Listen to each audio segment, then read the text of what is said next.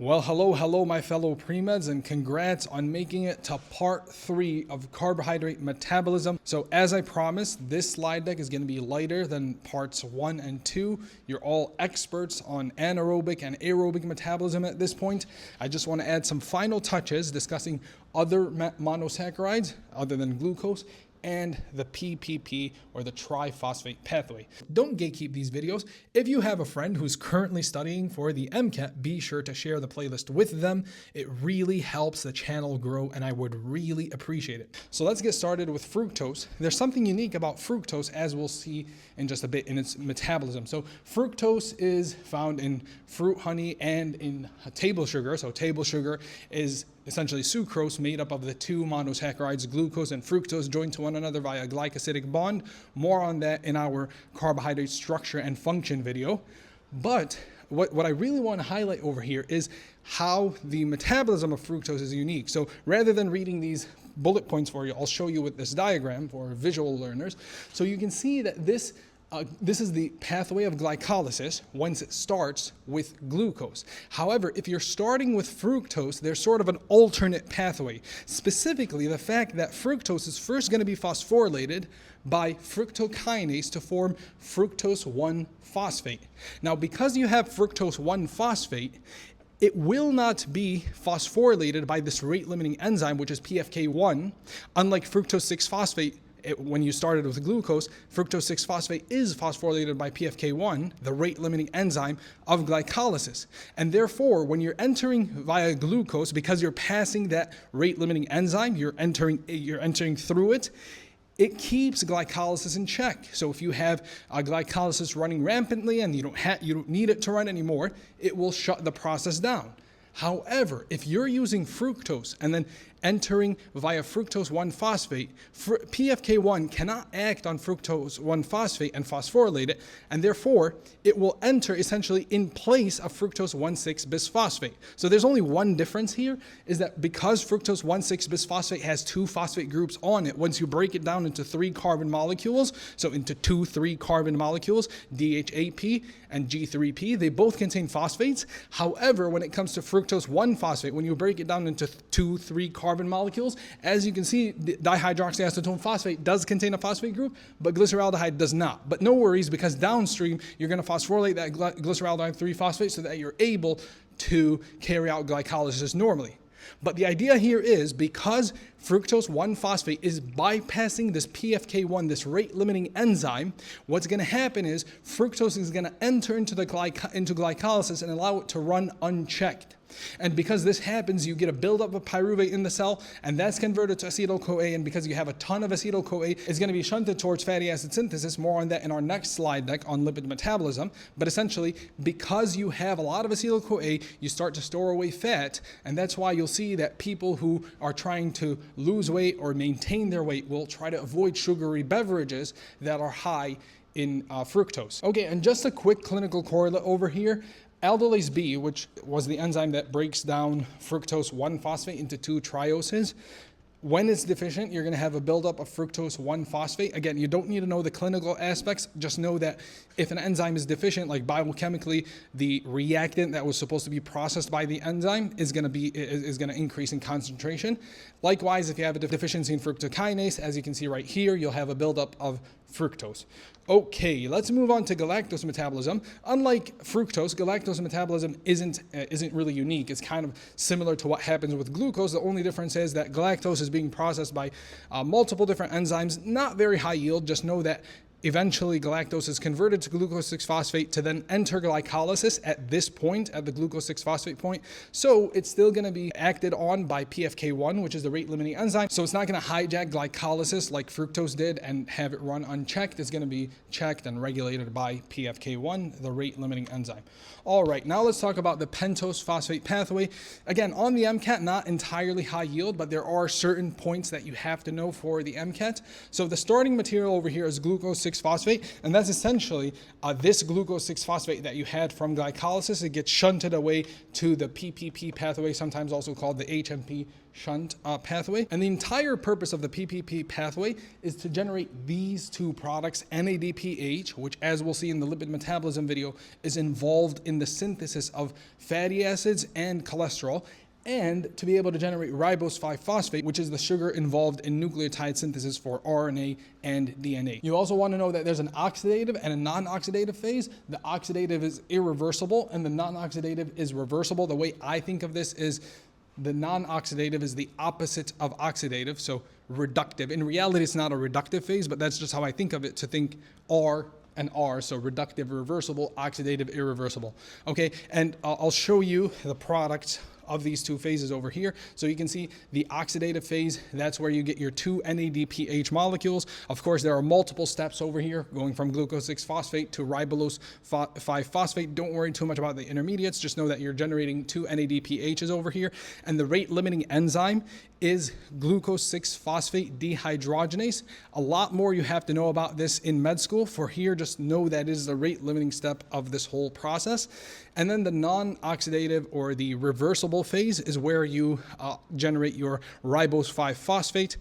And then over here, you can see that fructose 6-phosphate and G3P, which are both intermediates of glycolysis. So you can see right here, you have a G3P, and here you have fructose 6-phosphate. The idea here is just how you left from glycolysis with glucose 6-phosphate. Once again, you can feed into glycolysis via F6P and G3P.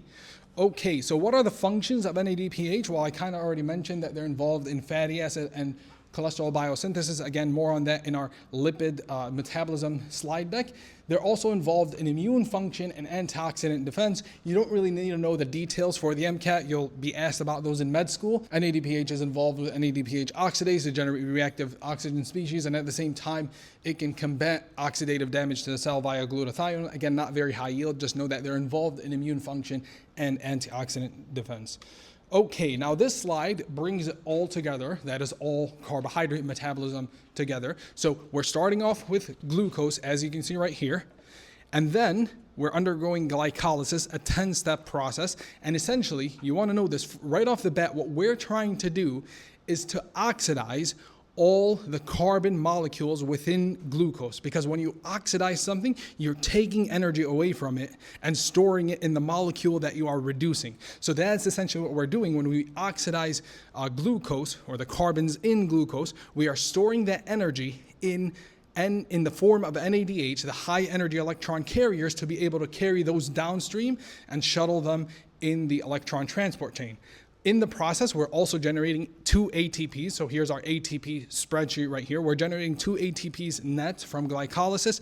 Now, one note on ATP, like, why does the cell specifically use ATP as its energy currency? Well, it turns out ATP is kind of the sweet spot in terms of how much energy it stores. So the Gibbs free energy of ATP is about -30 kilojoules per mole.